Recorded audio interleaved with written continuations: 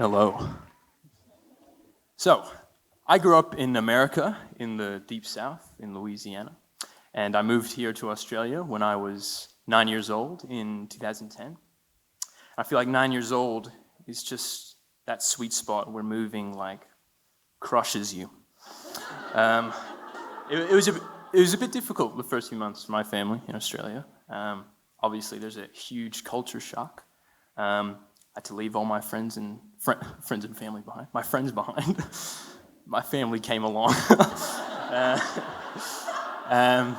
But I remember, the first day of school for me, I had forgotten my desk mat, which is an exclusively Australian thing as far as I'm aware.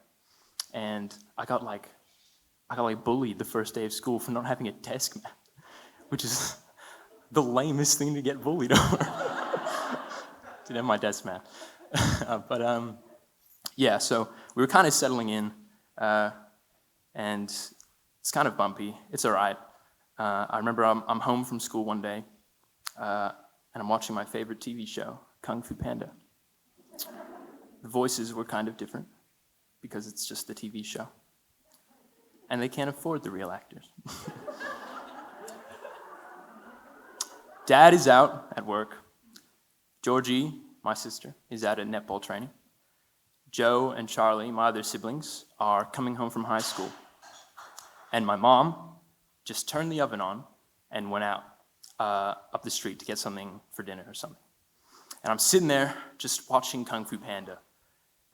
Po had to get a jade sword for Master Shifu. It's not important, but I thought you ought to know.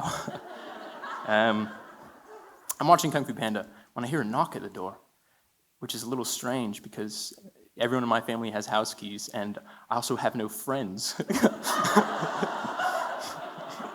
The desk mat boy.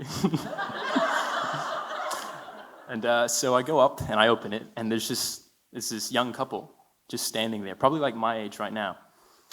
And I'm like, hello?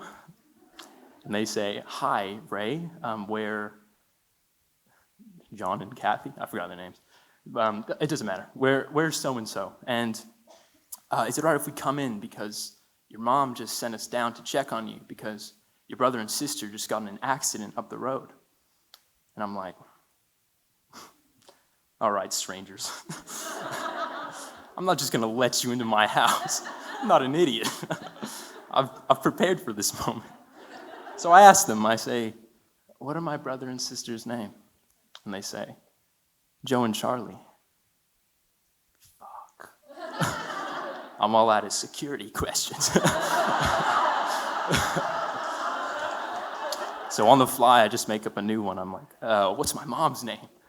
And they're like, Ella, Eliza. I was such a dumb fuck. I helped them out. I was like, Elizabeth? And they're like, yeah, Elizabeth, that's the one. And I'm like, good enough for me. Come on in. They come in. Quick side note, Georgie, my sister, who was at netball training, got into the car with a complete stranger who was sent to collect her. And my mom sent some random person to collect her. And she just got in the car. No security questions. Nothing. What an idiot. Anyway, so I invite these strangers into my home. And I don't know what to do with them, so I say, there's a fridge downstairs if you want to look at some magnets. They go down and they're looking at the magnets. And I'm upstairs just keeping an eye on them. And eventually Mom calls me and she's like, Ray, Charlie and Joe just got hit by a car. And it's difficult to react to that. I don't think I knew how to react to that. Probably still don't. And eventually, the strangers left when my aunt came and collected me, and we went to her house. Me and Georgie, my sister, eventually just collated and went to my aunt's house. And eventually, we make our way to the hospital to check up on them, and we go in to see Charlie first, who has shattered teeth, a busted eye, which is like just filled with blood, broken wrists, I'm sure a few other broken bits and pieces, and just kind of shredded everywhere. And after we went in to see Charlie, I remember Georgie just kind of just broke down a little bit and just started crying. And I remember thinking to myself that I should be crying too. Normal response to a situation like that, but I just couldn't really bring myself to do it, I suppose. I think I thought to myself that, like, it's not my shattered body here. What right do I have to cry? Eventually, we go see Joe as well, who's in ICU, in a coma.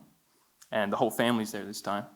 And the mood is downtrodden, naturally, in ICU. And I remember feeling the same way, just unable to kind of reach that point. And eventually we go home to our aunt's house again, and we kind of just don't know what to do. I remember ringing my parents who were staying at the hospital saying, "Does this mean I get school off?" It did, by the way. But I remember thinking, me and Georgie just weren't sure what to do. And it was getting later, and it was getting later.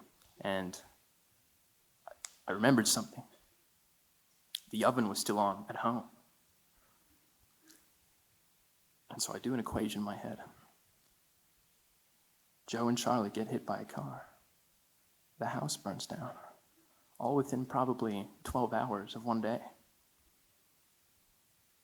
Can't let that happen. So I tell Georgie to tell my aunt about it because I was nervous to say that. And she tells our aunt, and we go to our house, and lo and behold, the oven is still on. And so we switch it off, definitely saving the day, thanks to me. We go back to Leonie's house, Aunt Leonie, and again, it's getting later. We just don't know what to do. Georgie can't get to sleep. I can't get to sleep. Georgie asks me, "What do we do, Ray?" I say, "There's this TV show. The voice acting isn't quite the same. But what do you say we give Kung Fu Panda a shot?" And we did. And it was amazing. Now, at this stage, you might be wondering what happened to Charlie and Joe. But I shit you not. They are right there, right now.